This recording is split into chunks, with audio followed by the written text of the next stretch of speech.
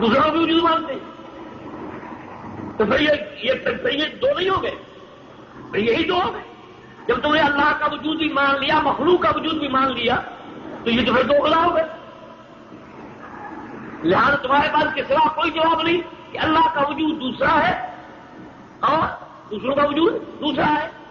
ذات اللہ سے لے سکتے سوال، ابھی یہ کہ صفات لے سکتے سوال. جس طرح ان کی ذات دوسری ذوات سے ممتاز ہے، ان کی صفات بھی ذوات ممتاز ہے. لے سکے مسری شہر وہ سبھی بسے شادی باتیں.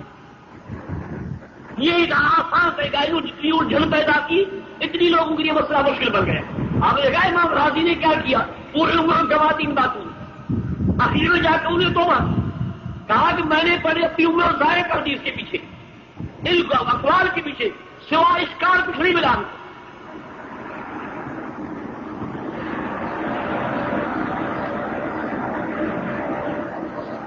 ان کو شعر بھی ہے اس مسئلے میں، شعر کتاب لکھی اقسام اللذات، جنہوں نے رد کیا ہے ان کو شعر بھی ہے.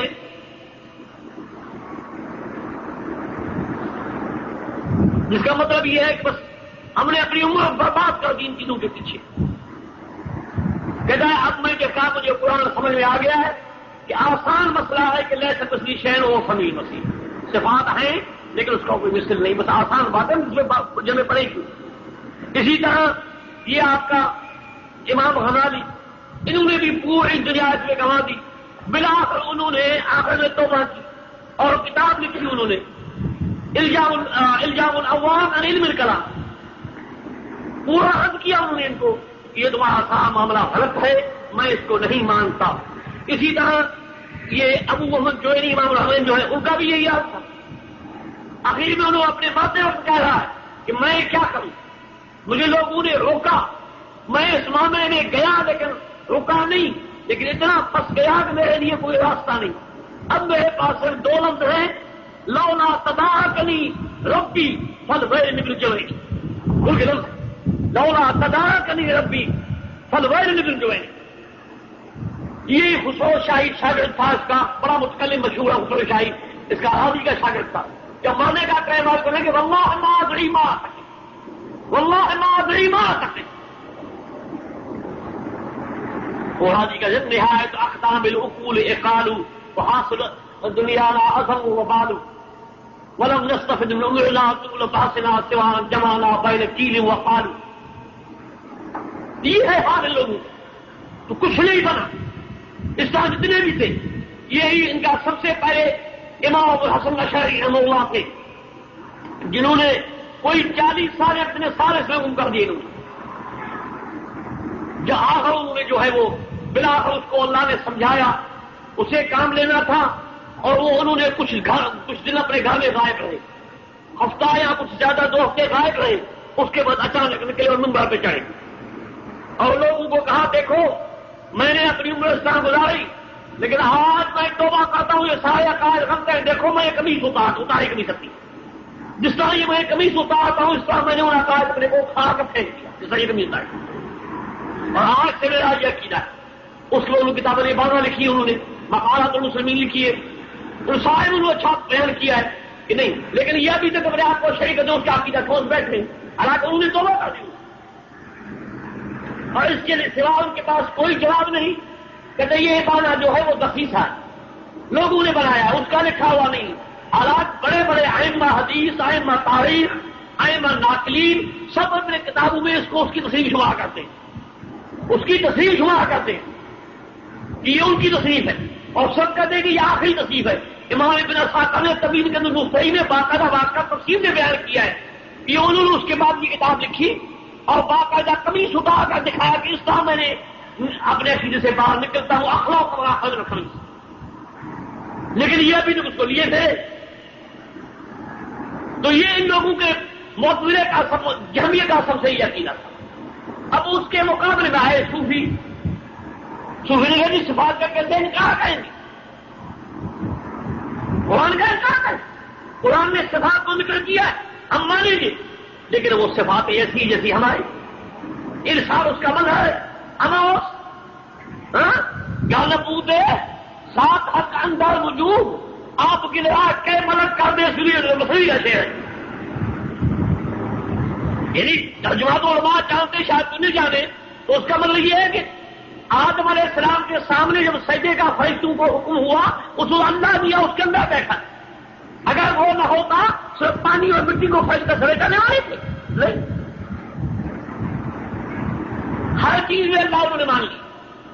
یہ صوفیوں کا مطلب یہ دوسرے دو مقابلے میں انہوں نے صفات کا بالکل انکار کر کے بت بنا دیا. تو انہوں نے جو ہے وہ مخلوق کے صفات کے ساتھ مشابہت بنا کر ان سب کو خدا بنا دیا یا خدا کو خدا ہی سے نکال دیا. ایک بات کریں، کیونکہ جس قسم کا وہ الہ کا منع کرتے ہیں یا جو تعریف کرتے ہیں، ہم خود ہی آپ سے پوچھتے ہیں کہ اگر کوئی آدمی اس الہ کا انکار کرے جس کو صوفی بیان کرتے ہیں، تو کیا اس کا الہ کا منکر کہا جائے گا؟ وہ الہ کا منکر تو نہیں، تم یہ الہ نہیں. اگر کوئی اس الہ کو مانے جس کو صوفی بیان کرتے ہیں تو اس کا الہ کا ماننے والا کہا جائے گا؟ بات ہی کچھ الگ ہے، ساری بات غلط. تو اسی طرح یہ دو سب سے بڑے مقابلے ہیں، اور ہمارا عقیدہ جو ہے حدیث کا عقیدہ ہے وہ درمیان میں، اس کے درمیان میں. وَكَذَلِكَ جَعَلْنَاكُمْ أُمَّةً وَسَطًا لِتَكُونُوا شُهَدَاءَ عَلَى النَّاسِ. ہم کہتے ہیں کہ اللہ کی صفات پر ہمارا ایمان اسی طرح ہے جس طرح اس کی ذات پر ایمان. دونوں جو کہہ دیا، صفات پر ایمان ہمارا جس طرح ذات پر ہے. ذات کے بارے میں نہ ہم تکییف کے قائل ہیں، نہ تمثیل کے قائل ہیں، نہ تعطیل نعوذ باللہ کہتے ہیں. بغیر تعطیل کے، بغیر تشبیہ کے، بغیر یعنی تکییف کے جب ہم اس کی ذات کے قائل ہیں، ہم صفات کی ویسے ہی قائل ہیں. جب اس کا کوئی مثال نہیں، اس کے صفات کا کوئی مثال نہیں، لیس کمثلہ شیء بس. دوسری طرف قدریہ اور جبریہ کا مقابلہ.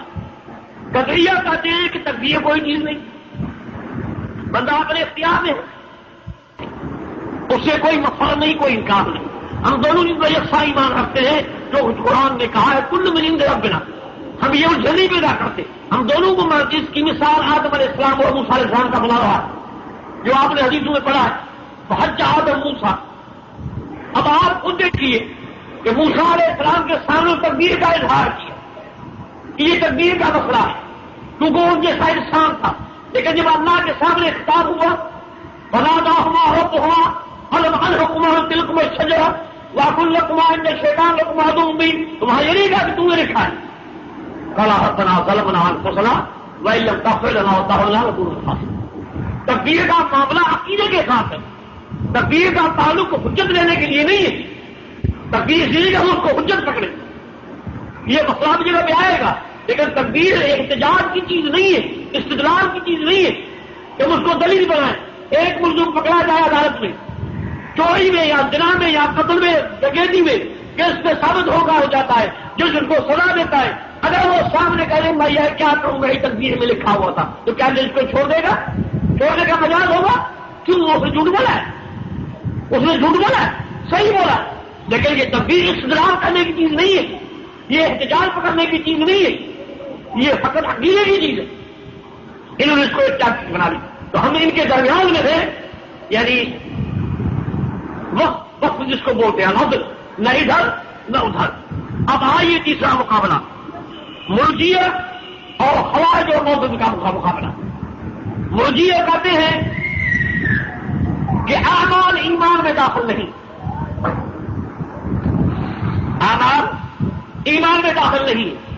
اور ان کے مقابلے میں معتزلہ کہتے ہیں کہ ایک کبھی گناہ کا مرتکب بھی کافر ہے، وہ اسلام سے خارج. لیکن وہ کفر نہیں کہتے، منگلہ کرتے ہیں. ہمارے کہتے وہ کفر میں داخل ہو گئے. ادھر یہ کچھ بھی کرو کافر نہیں کہتے، ادھر ایک گناہ کا کافر ہو جا اسلام سے خارج. یہ بالکل آپ کو دیکھتے ہیں. ہم ان کے بھی درمیان میں ہیں، کیونکہ اللہ تعالیٰ نے کہا جلا کو تو وسط ہے. وسط کیا مانا؟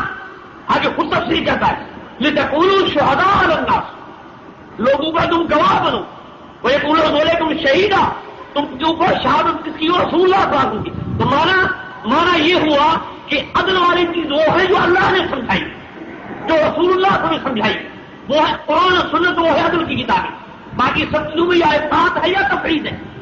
افراد و تفرید سے پاک چیز وہ ہے جو وحی الہی ہے. تو وحی الہی کے ساتھ ہم سب چیز کو مانتے ہیں، اس کے خلاف اس کو نہیں مانتے. تو ہم بھی یہاں دونوں چیزوں پہ ایمان رکھتے ہیں. انہوں نے ان دلائل کو لے لیا، بڑکا لگایا جائے دخل جنت.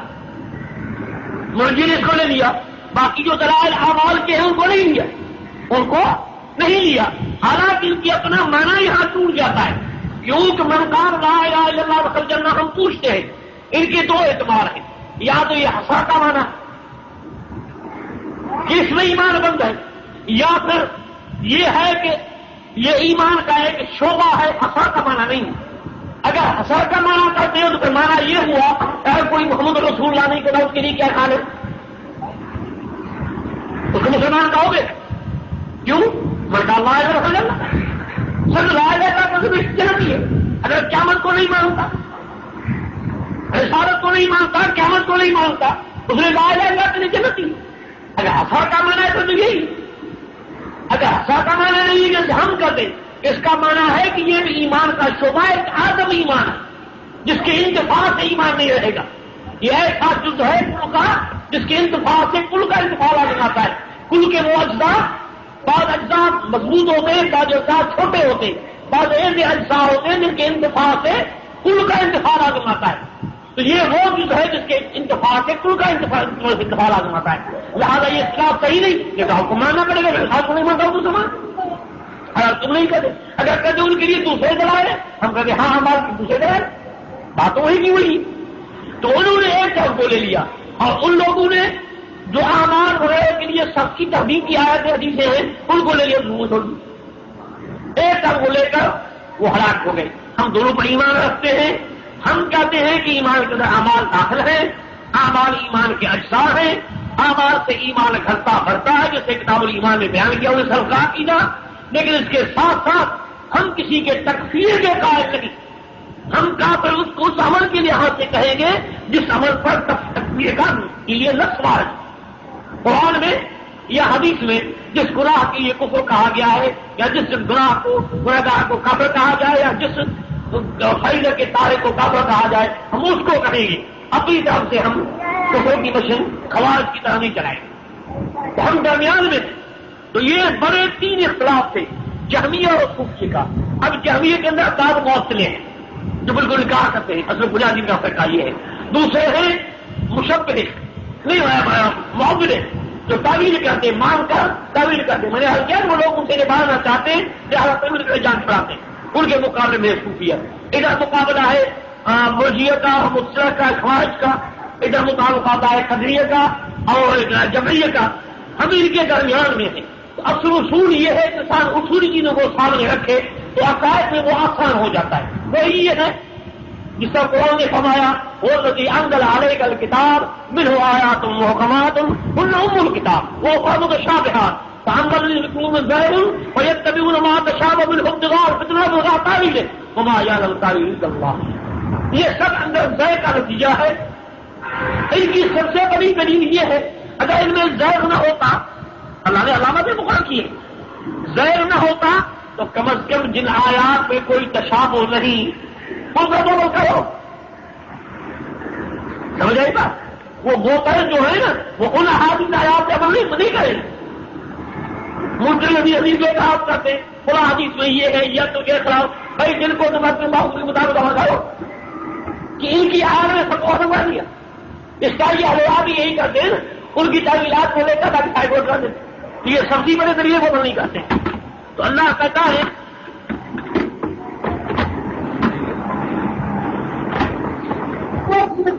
امور کتاب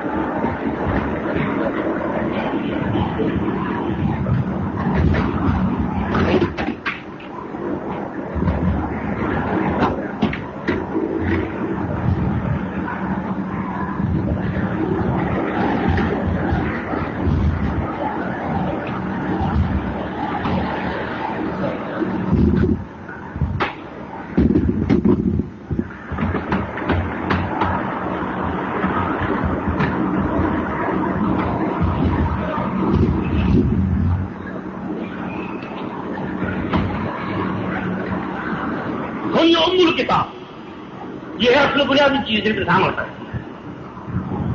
تو جو زہر والے ہیں وہ ان کے پیچھے جاتے ہیں، لیکن ان کو اللہ تعالیٰ نے یقین عطا کیا ہے وَرَاسِخُونَ فِي الْعِلْمِ كُلٌّ آمَنَّا بِهِ كُلٌّ مِنْ عِندِ رَبِّنَا وَمَا يَذَّكَّرُ إِلَّا أُولُو الْأَلْبَابِ.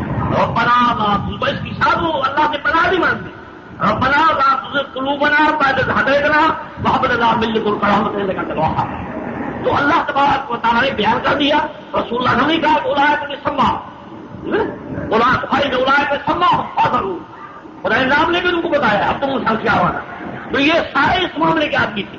تو اس ماحول میں رہ کر اس چیز کی لکھنے کی بڑی ضرورت تھی، بیان کرنا تھا. تو یہ ہے. اچھا اب رہی ہماری توحید، یہ دل کی توحید. اب ہماری توحید یہ ہے کہ ہم اللہ تعالیٰ کے لیے صفت وہ بیان کرتے ہیں جو خود بیان کی ہے یا جو رسول اللہ صلی اللہ علیہ وسلم نے بیان کی ہے، اور اس صفت کی نفی کرتے ہیں جس صفت کی اللہ نے نفی کی ہے یا جس کی رسول اللہ صلی اللہ علیہ وسلم نے نفی کی ہے. اپنی طرف سے ہم اس بات کی نفی نہیں کرتے. جس چیز کا اس بات ہے ہم اس بات کرتے ہیں، جس چیز کی نفی پرانے سنت میں اس کی نفی کرتے ہیں، جس کے لیے ثبوت ہے ہم ثبوت کرتے ہیں. کیوں کہ اگر ہم اپنی طرف سے ثبوت کی صورت میں وہ صفت ثابت کر دیں اور اگر وہ اللہ کی صفت نہ ہو تو مانا اللہ پر وہ چیز بول چکے جو حق نہیں کرے گا. حالانکہ یہ گناہ سب سے بڑا ہے، حتیٰ شرک سے بھی بڑا ہے. قل انما حرم ربی الفواحش ما ظهر منها وما بطن والاثم والبغي بغير الحق وان تشركوا بالله ما لم ينزل عليكم سلطانا وان تقولوا على الله ما لا تعلمون. یہ ہے شیطانی تعلیم. انما یامر بالسوء والفحشاء وان تقولوا على الله ما لا تعلمون. یہ ہے شیطانی تعلیم. لہذا جس صفت کا کوئی ذکر نہیں ہم اس سے خاموش رہیں.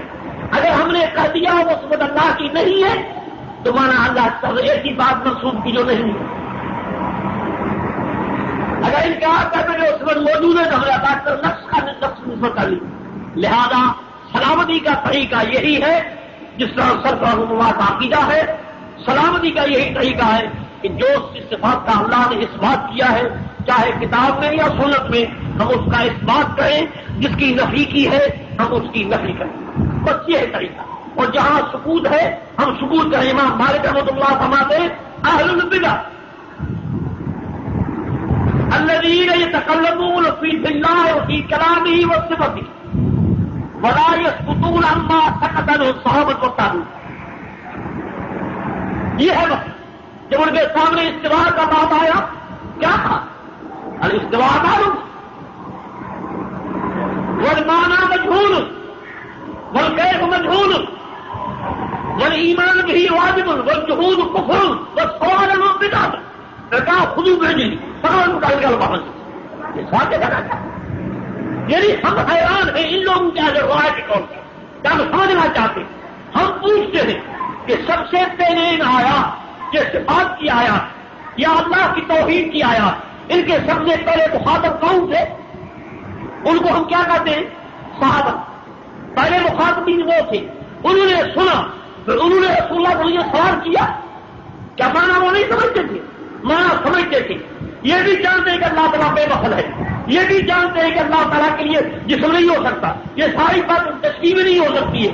اس کے باوجود انہوں نے سوال کیا نہیں کیا. کیا سوال نہ کرنے کے سے ان کے ایمان میں کوئی نقص آیا؟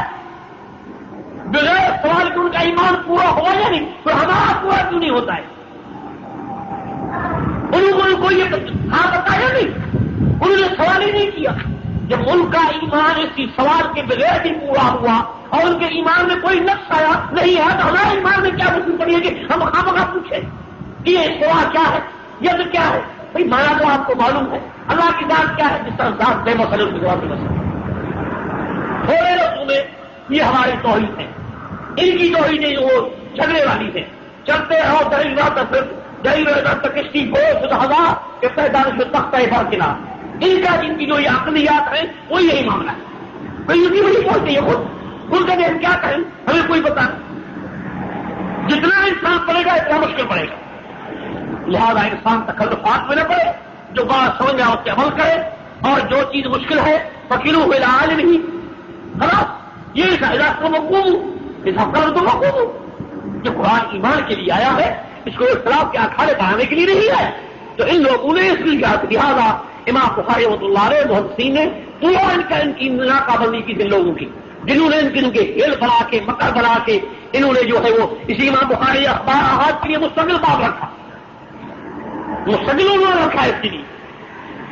اور اسی طرح یہ جو ان کا ہیل اور مکر ہے ان کے لیے بھی الگ انہوں نے باب رکھا. ان کے ہیل جو ہے ہر معاملے میں ان کو ہر چیز کو جائے ہیل اور ان کا تقیہ دونوں بھائی, شیعوں کا تقیہ اور ان کا ہیل یہ دونوں بھائی, دونوں کا مقصد ہے کہ آپ کے لیے ہر چیز جو ہو جائز ہو جائے.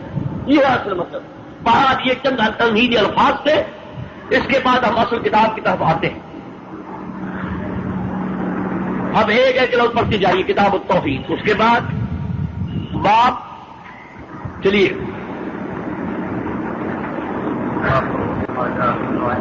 بڑی بڑی باب پڑھے, اب اس کو تشریح کریں گے. باب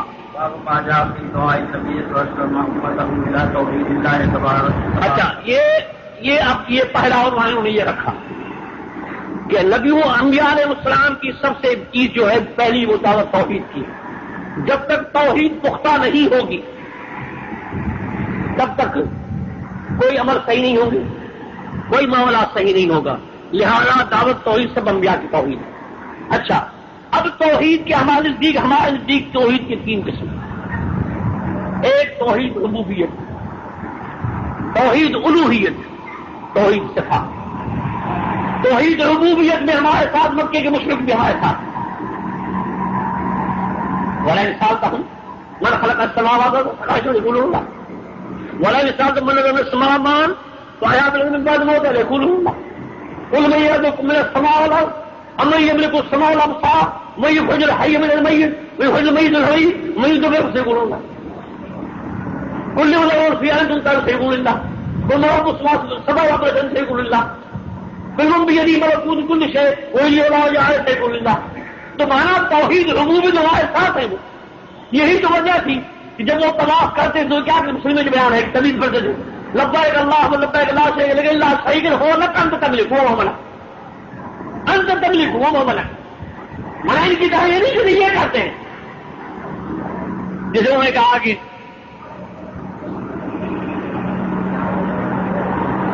زندہ کو مرنے نہ دیا, مرنے کو مردوں کو زندہ کیا, زندہ کو مرنے نہ دیا.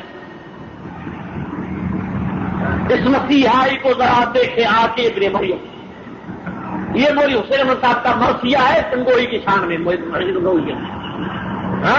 مردوں کو زندہ کیا, جنوں کو مرنے نہ دیا.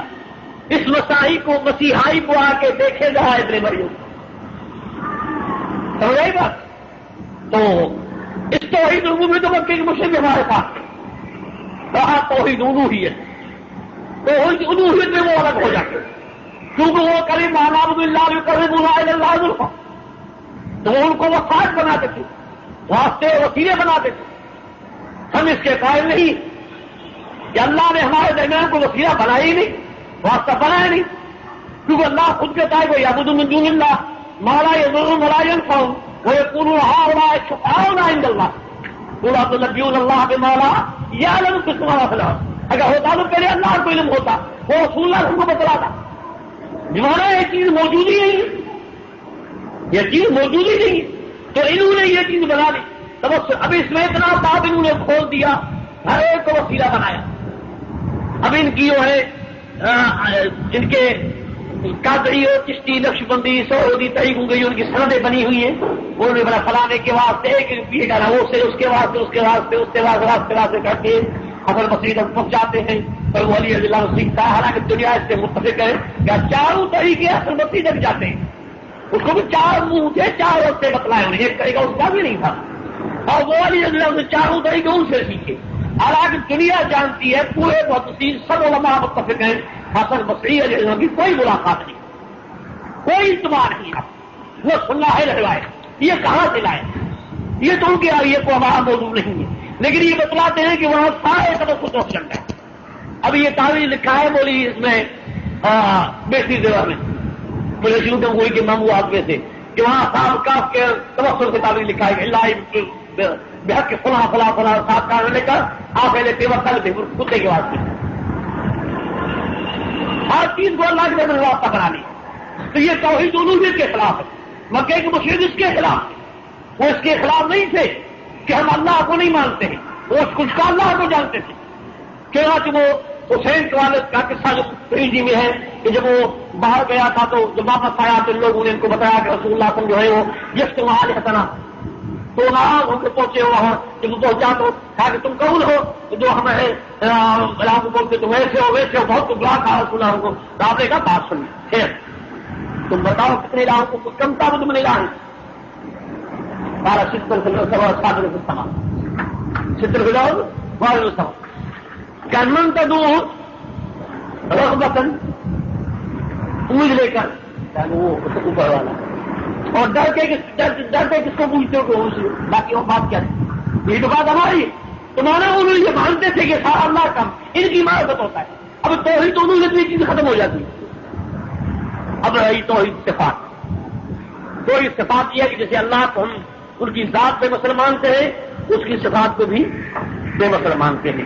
یہ ہے اصل توحید کے 3 قسم. تو سب سے پہلے اللہ تبارک و تعالیٰ نے نبیوں کا فریضہ یہ کیا کہ پہلی آپ کی دعوت یہ ہے. لہذا رسول اللہ صلی اللہ علیہ وسلم جب بھی مبلغ بیٹھتے تھے تو پہلی دعوت یہ دیتے تھے.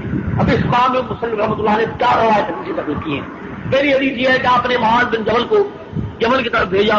ان کو یہی سمجھا سب سے پہلے اللہ کی توحید کی دعوت. جب اس توحید کو تسلیم کریں سمجھو تو پھر اس کے بعد پھر نماز پھر زکات پھر یہ چیزیں. اور دوسری روایت آپ نے یہ بتایا جس سے ظاہر کیا کہ توحید جو ہے اللہ کا حق. توحید جو ہے وہ اللہ کا حق ہے. لہذا جو اللہ کے حق کا محافظ نہیں اس میں اسلام کیا ہے؟ وہ کچھ بھی نہیں. سب سے پہلا حق اللہ کا. اور ساتھ یہ بھی سمجھایا جو اللہ کے حق کا محافظ ہے اس کی مقصد وہ مستحق ہے اس کو بخشا جائے. اب تیسری روایت میں اور اس سے جو کھلم کھلا دعوت توحید کی ہے کہ یعنی اللہ تعالیٰ کا حق ہے یہ تو بہت بڑی دعوت ہے. اچھا دوسری تیسری حدیث میں سورۃ اخلاص کے بابت فرمایا کہ جو شخص پڑھتا رہا تھا یہ سوچ لو قرآن. اس کا مطلب تو خیر آگے آتا ہے مگر مقصد کا صرف یہ ہے کہ قرآن مجید کے اندر جتنے بڑے اہم مسائل ہیں وہ 3 مسئلے ہیں. ایک توحید، دوسرا قیامت کا آخر کا مسئلہ، تیسرا اعمال. یہ 3 مسئلے ہیں قرآن میں زیادہ، باقی سب اس کی تفریحات ہیں. تو ان میں اہم مسئلہ جو ہے وہ توحید کا ہے. اس لیے سورۃ اخلاص کیونکہ توحید ہے اس کے ہم فرمایا کہ یہ جو ہے سورۃ قرآن. اچھا تیسرا مسئلہ کہ چوتھی روایت میں جو وہ صحابی جو نماز پڑھانا تھا تو آخر میں سورۃ اخلاص ختم کرنا مجھے یہ پسند ہے کیونکہ یہ اللہ کی صفت ہے. تو آپ ہمارا اللہ تجھے بھی پسند کرتا ہے. یہ سب یہ بہت بڑی دعوت ہے کہ کسی کو بتانا کہ اللہ کی صفات پر ایمان لانا، اللہ کے صفات کو ماننا یہ اللہ کی محبت کا موجب ہے. اور تبیونی یہ حکم اللہ یہ اصل مسئلہ یہ ان روایت میں. اچھا آپ پڑھیے حدثنا ابو عاصم یہ ہے ضحاک بن مخلد النبی بہت بڑے محدث ہیں جس کا یہ پوتا ہے احمد بن نبی عاصم جس کی کتاب الدیات اور کتاب الجہاد وغیرہ کتاب السنہ بھی اس کی چھپی بھی ہے. کتاب الدیات جس کی چھپی ہے یہ اسی کا پوتا ہے. یہ ابو عاصم بہت بڑا یہ استاد امام بخاری بڑے استادوں میں سے جس کی سمجھو کہ تابعین سے ملاقات. اس کی روایت امام بخاری کی جو حدیث کے واسطے سے اکثر روایت اس پر جو اسی کی بات کرتے ہیں. آگے چلیے. یہ بھی بہت مشہور راوی یعنی یہ بن عبداللہ بن سیفی. ابھی معبد جو ہے وہ ابن عباس کا غلام ہے اس کا نام ہے نافذ.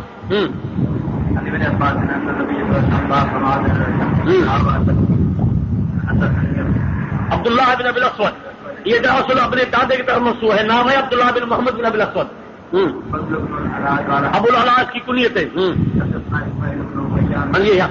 ہاں نام اب یہ دونوں سندوں کا مدار کون ہوا ابن عبداللہ بن محمد سیفی. اچھا اب اس دوسری سند کا فائدہ یہ ہوا کہ اس میں ابن سیفی کا سما محبت سے ہے وہ محبت سے محبت کا سما ابن عباس سے ہے. یعنی مزید امام بخاری کا شرط ہے کہ کم از کم لکھا ہے بتوا صاحب کو میری کتاب کے لیے. حالانکہ وہ صحیح سب کو مانتا ہے لیکن اس کتاب میں یہ خاص شرط رکھی. اول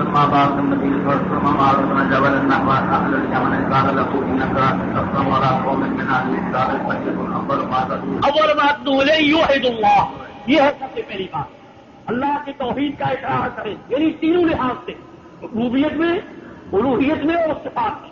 اگر اس میں سے ایک چیز نکل گئی تو پھر وہ معاملہ ختم ہو گیا۔ بنیادی چیز یہی ہے، اور اول کرنے سے یہی ظاہر ہوگا کہ سب سے پہلے بات یہ ہے، جب تک یہ بات نہیں دوسرے کسی چیز کی کوئی ضرورت بھی نہیں ہے۔ اب دیکھیے عرب کو کہا